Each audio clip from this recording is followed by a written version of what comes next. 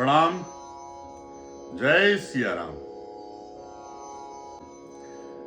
तो ये बात उस समय की है जब माता सीता माता पार्वती की वंदना करने उनके मंदिर में गई और वंदना एवं प्रार्थना करने के बाद जब वो वापस जा रही थी तो बाग में प्रथम बार उन्हें भगवान श्री राम के दर्शन हुए। भगवान श्री राम के दर्शन करते ही, उनको देखते ही, उनकी एक झलक पाते ही माता सीता ने उन्हें अपना स्वामी मान लिया। परंतु जब वो वापस जा रही थी तो उनके मन में बहुत सारी शंकाएं थी। तो गोस्वामी जी कहते हैं, जानि कठिन शिव चाप बिसूरती, चली राखी उर श्यामल मूरत। अर्थात जानकी जी वापस जा रही हैं, सोच रही हैं कि जान कठिन शिव चाप बिसूरती। जान कठिन शिव चाप, शिव अर्थात शंकर जी, चाप अर्थात धनुष। शंकर जी के धनुष की कठोरता के बारे में सोचकर उनका मन अत्यंत व्याकुल हुआ जा रहा है। जान कठिन शिव चाप बिसूरत। बिसूरत का अर्थ होता है कि मन ही मन में परेशान होना, दुखी होना, विलाप करना। तो वापस जाते समय मन ही मन में भगवान शंकर के धनुष की कठोरता के बारे में सोच के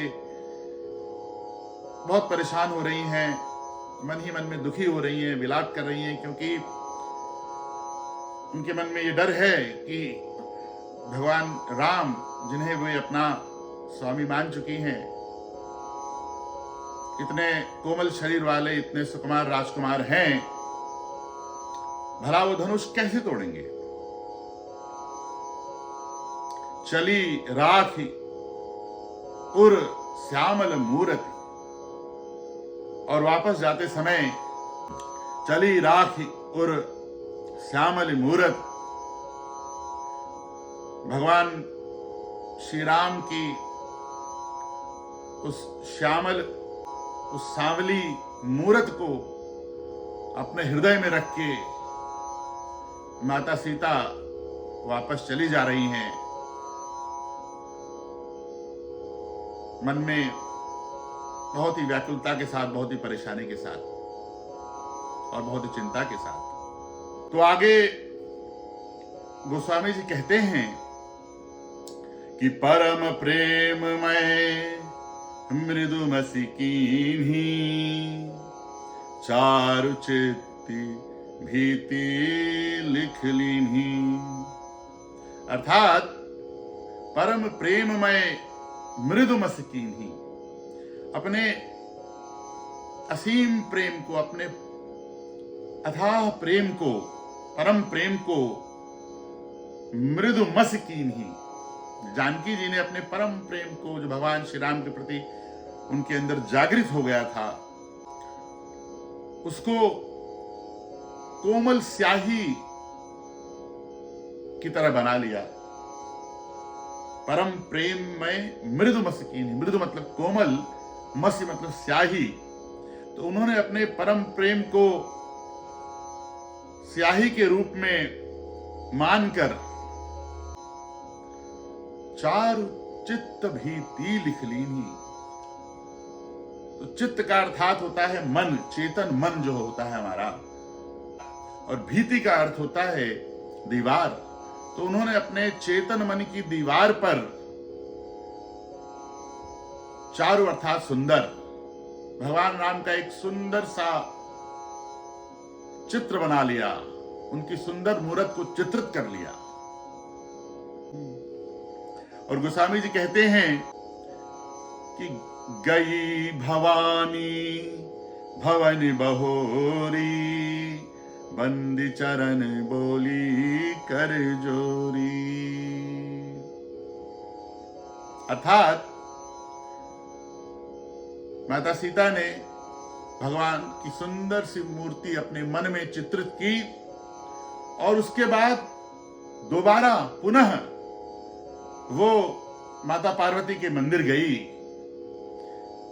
गई भवानी भवन बहोरी, अर्थात भवानी माता के भवन में वो दोबारा गई। बहोरी का अर्थ होता है दोबारा, पुनः गई भवानी भवन बहोरी, बंदी चरण बोली कर जोरी। उनके चरणों की वंदना करते हुए बंदी चरण बोली कर जोरी। और वहां मंदिर में दोबारा से पहुंचकर माता सीता माता पार्वती के चरणों का वंदन करने लगी और दोनों हाथ जोड़कर माता पार्वती की स्तुति करने लगी। तो ये जो स्तुति है इसका बहुत महत्व है। ऐसा कहा जाता है कि माता सीता द्वारा माता पार्वती की जो ये स्तुति की गई, दोबारा से माता भवानी के मंदिर में जाकर इस स्तुति का उतना ही महत्व है जितना कि दुर्गा सप्तशती के पाठ करने का होता है। तो अगले वीडियो में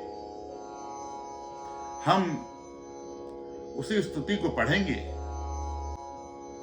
धन्यवाद। जय सिया राम।